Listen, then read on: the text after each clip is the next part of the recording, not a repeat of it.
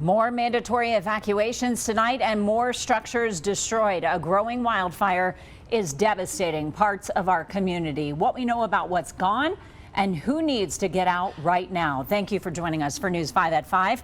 I'm Diane Derby. Let's get you right to those evacuation orders. Around 4 o'clock this afternoon, the town of Wetmore was added to the list of communities under mandatory evacuation. This expands from the town to the Fremont County line. Earlier, parts of Colorado City were also added to the list. This includes everyone north of Highway 165, east of Table Mountain Church, and west of Crow Cutoff. The rest of Colorado City is on pre-evacuation status. Also, in Huerfano County, if you would have to use Colorado City to evacuate, you are now on pre-evacuation status because of the evacuations that are ongoing in Colorado City. Evacuation shelters include the Pueblo County Recreation Center at 1650 Cooper Avenue in Pueblo and Lange Hall in Westcliff at 312 South 3rd Street. Large animals can be taken to the state fairgrounds in Pueblo. We have crews scattered around Pueblo County tonight, bringing you the very latest on the fire. Senior reporter Brett Forrest is at the Pueblo County Sheriff's Office, where we begin tonight. And Brett, we heard the sheriff say 125 structures in Pueblo County are destroyed. That is up from 100 yesterday, but he says he expects that number is higher. Yeah, Diane, that's right. And we also asked the Custer County Sheriff if he has an update on structures lost on the Custer County side of the fire, and he just said they can't get in there yet just because of fire activity.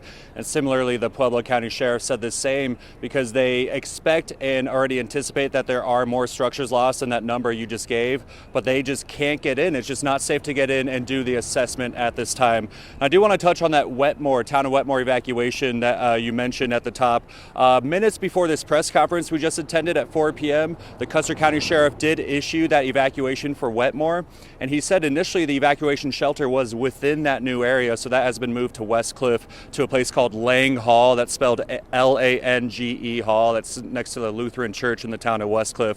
So those people from Wetmore, that is where they can go find shelter. The incident commander did tell me also for the evacuation of Wetmore, the fire is about 7 miles away, and they did it out of an abundance of caution just in case the fire does continue rapidly spreading that direction north, that they already have all those people evacuated and out of harm's way. Now, Sheriff Lucero from Pueblo County today, he did also mention, or he stressed rather, that state and congressional leaders are lending great support any way they can to help bring in more state resources and also federal resources to help support these firefighting efforts. And Phil Daniels, he is the incident commander for this fire as of now until a federal response team takes over.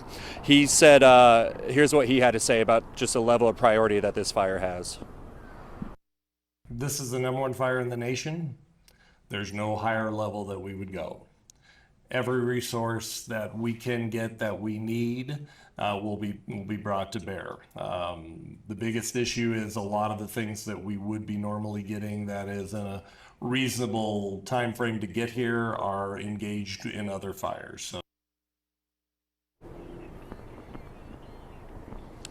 Now, he did also mention on his way to that press conference today, he said he came across a hotshot firefighting team from Tennessee to give you an idea of how far these resources are coming in to help fight this Aspen Acres Fire. Now, he did not mince words today either. He did stress that there are more structures that will be lost and that some maybe already have been lost. So just a tough situation out here. And he said, don't expect any resolution to this fire very quickly. It's going to be days or rather weeks until they get a hold of this fire. So I'm Brett Forrest reporting live in Pueblo, News 5.